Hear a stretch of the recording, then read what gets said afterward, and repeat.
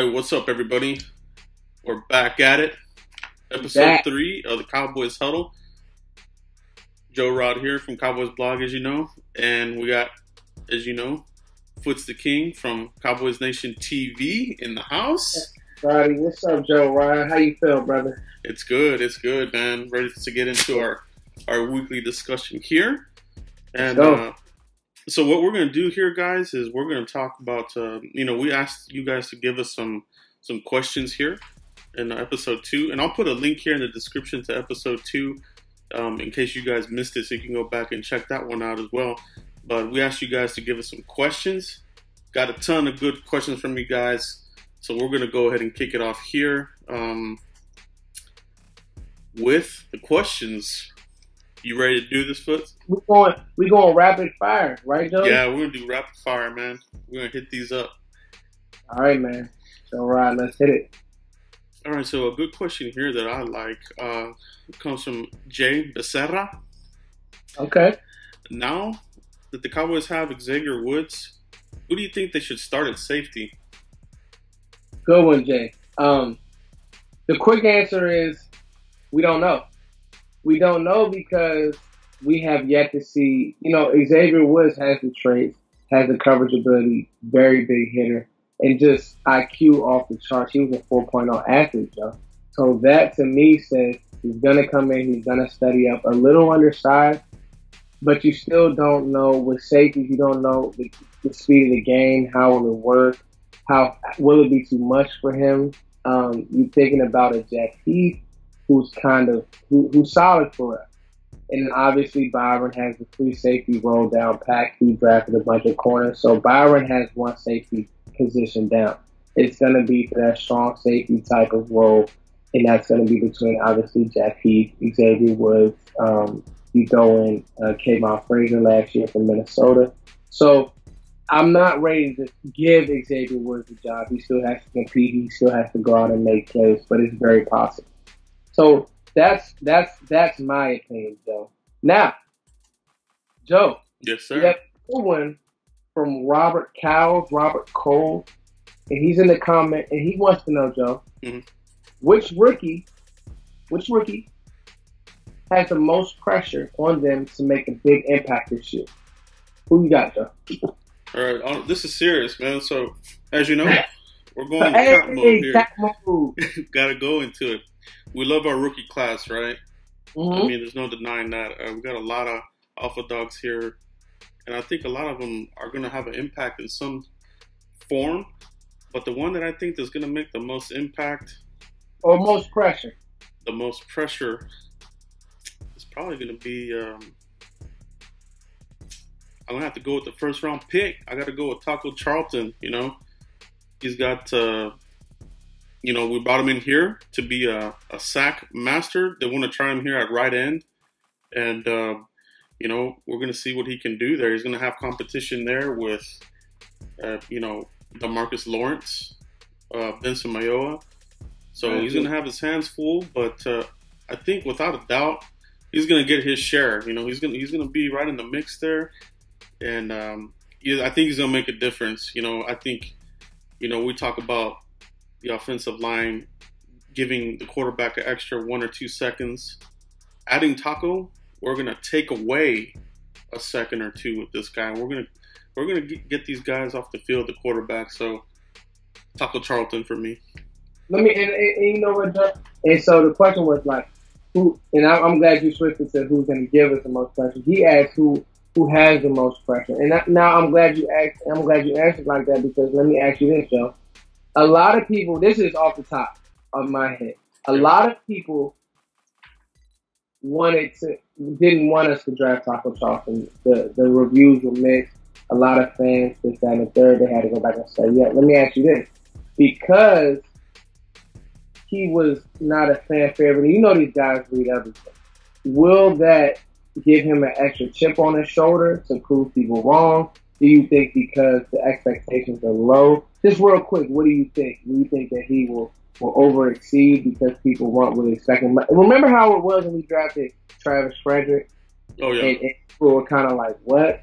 So what do you think? I think that's exactly where it's at. I think these two picks are similar. You know, the name, it wasn't a flashy pick when it came out. So, and I think he knows that. He reads all the news and all the discussions, YouTubers like us and blogs all over the place. So definitely, I think he's going to have a chip on his shoulder. You know, he has a lot of pride where he came from, coming from you know, the Big Ten there at Michigan under Harbaugh.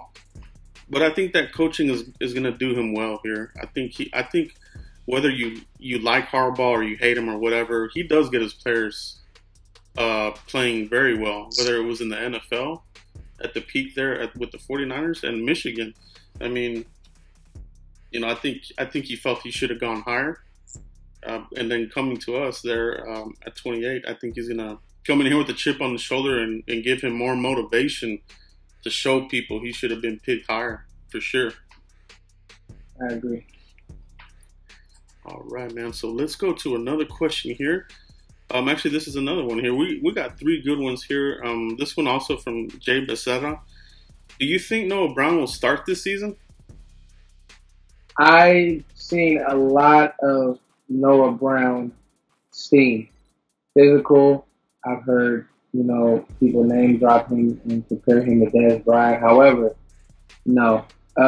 Just because wide receiver, it's too hard of a transition to come into the league and really start. And you're looking at a guy who had minimal production at Ohio State because of injury. Now he has the trace, he has the flashes, he has a big catch. I forget who that big catch was against, where he had the one where he wrapped around his back. Nonetheless, he would have to unseat Terrence Williams. His team loves Terrence Williams. And, you know, he would be an outside guy, obviously. Big, strong. But no, I don't see him starting, barring just a crazy injury. Maybe it does, knock on wood. But no, I don't see that happening at all. So, I think he can possibly be something, but only time will tell. You see him more as a practice squad guy, or where do you think he ultimately fits? I see him as a practice squad guy because Switcher's going to have probably that. It depends on how heavy we go, how many we go at receiver. But I see Switcher's going to be on the team, and he's going to make the 46, I believe. No doubt. Nothing else, special teams alone. So what can Noah Brown do for me? Is he going to unseat Bryce Butler? Highly doubt that. So no. It could happen, but I doubt it. Yeah, man, that sounded like a UPS commercial for a second, man. What can Noah Brown do for you? You know what I mean? Yeah. All right, so here goes a good one, Joe. Because I know you're in cap mode. Yeah. So now let's talk about a rival. From Sean, Cowboys fan number 1, Sean Seaboard's fan, he said, should there be concern about Philly? Pretty general question. They had a good offseason. To them, you know, they like to go out and get a bunch of free agents. That said, should we be concerned they brought in LeGarrette Blount, they brought in these guys, Alshon Jeffrey, Smith, blah, blah, blah. What do you think? Man, honestly, I mean, they brought in players here, but I think they're trying. They're still trying some things out here, you know. I think they're still trying to refine Carson Wentz's skill set here. Last year, it was a lot of dink and dunking.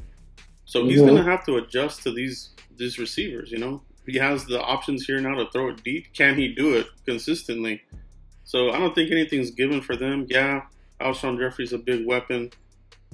But, you know, you can argue that his peak was there at Chicago. So are you getting the back-end career of Alshon Jeffrey? Or are you getting, you know, that guy was unstoppable at times at Chicago? And LeGarrette Blount, this guy, to me, he needs a strong head coach. Doug Peterson, I'm not sure he's that. We'll have to see, you know. But Blount, I mean, he only did good his rookie season and last season, you know, under Belichick. You know, got a ton of touchdowns. I'm not worried about these moves, to be honest. The offensive line there is still suspect. Our secondary, in my opinion, should be upgraded here over what we had. And I'm not scared. At the end of the day, I'm not scared of the Eagles. I'm really not. I agree. All right, man. So another good question here. I got a good one here for you, Foots. You ready for this one? I'm here, baby. Let's get it. All right.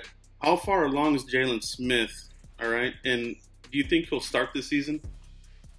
Okay. And you know what, Joe? I'm gonna give a. Let me bounce one back at you, and then I'll attack that one because I know I'm gonna get long winded on that one. So let me hit you off with this one real quick from Wiz Young 1. Then I'll go into my question, and I actually got two more good ones for you. So I hit you with this one. Then I hit the Jaylon Smith one. Right. What do y'all think? This is from Wiz Young 1. What do y'all think about David Irving and Taco Charlton on either side of each tackle? So maybe David Irving on the right, Taco on the left, and vice versa. They're so long, they're so tall. What do you think about a set like that? Could that work? Could that be something scary, Joe? Talk to me. It's definitely scary, and it's definitely something that Rod Marinelli is gonna install into the system here. These guys are versatile. They can play, they can bounce inside to tackle, and they can stay outside. So I mean, if you put these two tall guys here, a defensive tackle, that middle, there's a lot of wingspan there. You can knock down the ball. These are two skyscraping type guys, and then you have them on the outside. The quarterback's going to have to worry about that edge rush and those long arms swinging and swatting out the football. I'm excited, man. You got me pumped about that idea. That's a great question from Wiz. Yeah, I like that, man. I think that those guys offer the Cowboys a lot of versatility, and yeah, definitely Rod Marinelli is going to take advantage of that. Having those two guys on the field at the same time could wreak havoc on the opposing teams. I love it, man. I can't wait to see that, actually. That's a good question. Wow. Okay. All right, Joe. Here it is. What do I think about Jaylon Smith? What impact could he have? And I even saw one the other day. We spoke about this in our pre-production meeting. Well, where is he better suited, at the mic, at the wheel? I try to keep it short, but who knows, because I love talking to him. He's a good kid. He's a good player, and just what he was, people really don't understand the skill that we got in Jaylon Smith. Nonetheless, you're looking at a guy who I would give him a comp to Hassan Reddick in this draft. Probably just a better version of Hassan Reddick because, you spoke about this. He was able to put his hand on the ground. Yeah. Freshman year. There's a bunch of stuff about that on YouTube. He did it even against, I forget what game I was watching. I want to say it was the Michigan. I forget what game it was, where his hand injured. He's making plays. He's blitzing from the weak side. They move in the middle, all in like the same thing. It was truthfully amazing. So you're looking at a guy who I would say at 90% is better than a lot of average linebackers at 100%. Now, you talk about if he's healthy. The Cowboys did a great job saving him from himself. Sometimes these kids want to get out there and see their buddies that they play college. And, Jaylon Smith had a great battle against Ezekiel Elliott in college. He sees him having great success. With Jaylon Smith is a baller. He wants to get out in the field. Well, Dallas saved him last year from himself. Made sure he was fully healthy. He was saying last year during playoff time he could run a 4.5. He's still healthy now to this day, and that's what Dallas wanted. So, what could he be if he's 100% healthy, though? He could be amazing. Him and Sean Lee, he could really come in and just take this league over. That's how good he is. He was a higher rated prospect than Ezekiel Elliott. We see what happened when Zeke came in. So you're just talking about a guy who, if it weren't for the injury, there's no way Dallas would have been able to draft him and Zeke in the same. You know what I mean? Yeah. With the same class. So, and as far as what position he fits best at, year one, I like him at weak, kind of learning with Sean Lee, them two on the field together, him chasing, his lateral movement is very well. He's such a long player. So year one, I like him chasing at the weak side, maybe some middle, and then as he develops, he's probably pushing him to the middle. We know that Sean Lee can play both very well, so I would just like him at the weak, running sideline to sideline. So that's my answer to that, Joe. Now I got one for you, because it is OTA time, though. And I think that Cowboys fans may need a reminder of what actually happens during OTAs. What are the coaches looking for? And maybe something that you're going to be looking for during these OTA periods.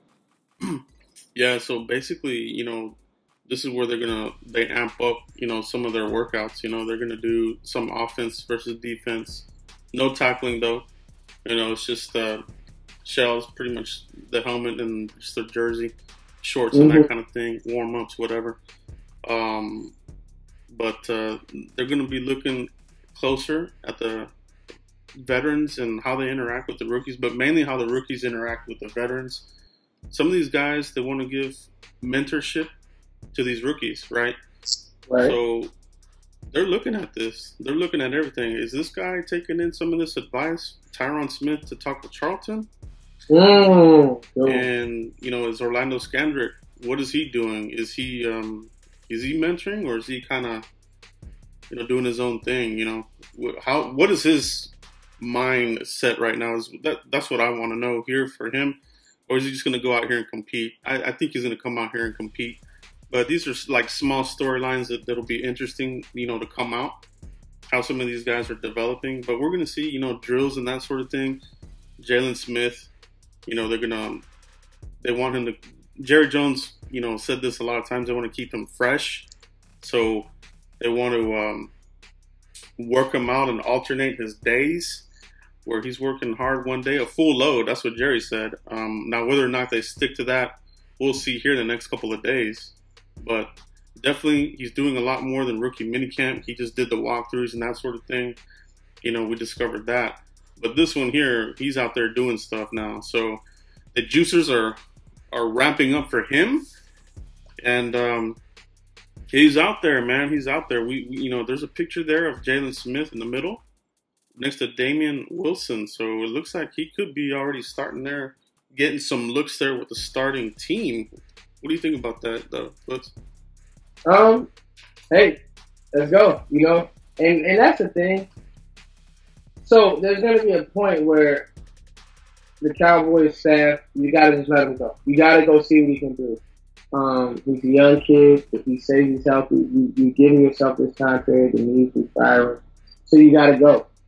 Now I like them having him kind of on a pitch count, more to say, but it'll be a time of preseason and training camp, blue and white streamer time, all that stuff.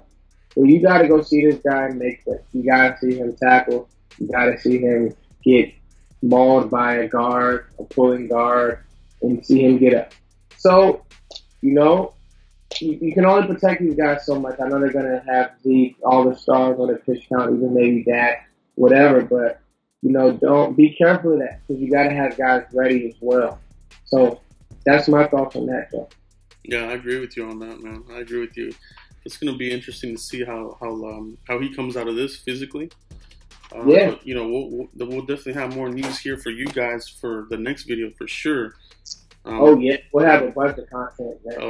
Yeah. And the next one's going to be awesome, talking about the aftermath and that kind of thing. So that's gonna be good. So I guess the last piece of news though we need to hit on, more or less. We got some news that came out about David Irving. Yeah. We spoke from earlier in the week. In this video. So to you, this PED thing, I'm hearing 4 games.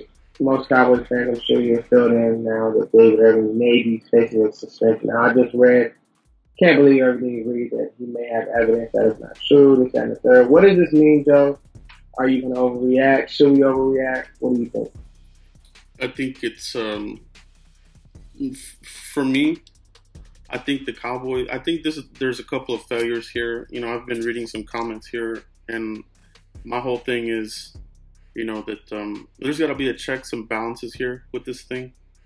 Yeah. Okay, if your players want to invest in something, I'm not saying you got to follow every move that they do and stock your players, but if they're going to be taking something, putting in their body, there should be something here in place with the Cowboys, because this is not the first time they've been hit with a PED. I think Scandrick had one, right? Didn't he have one here? I think he had that weird situation where he went out of town and he had that something in his blood.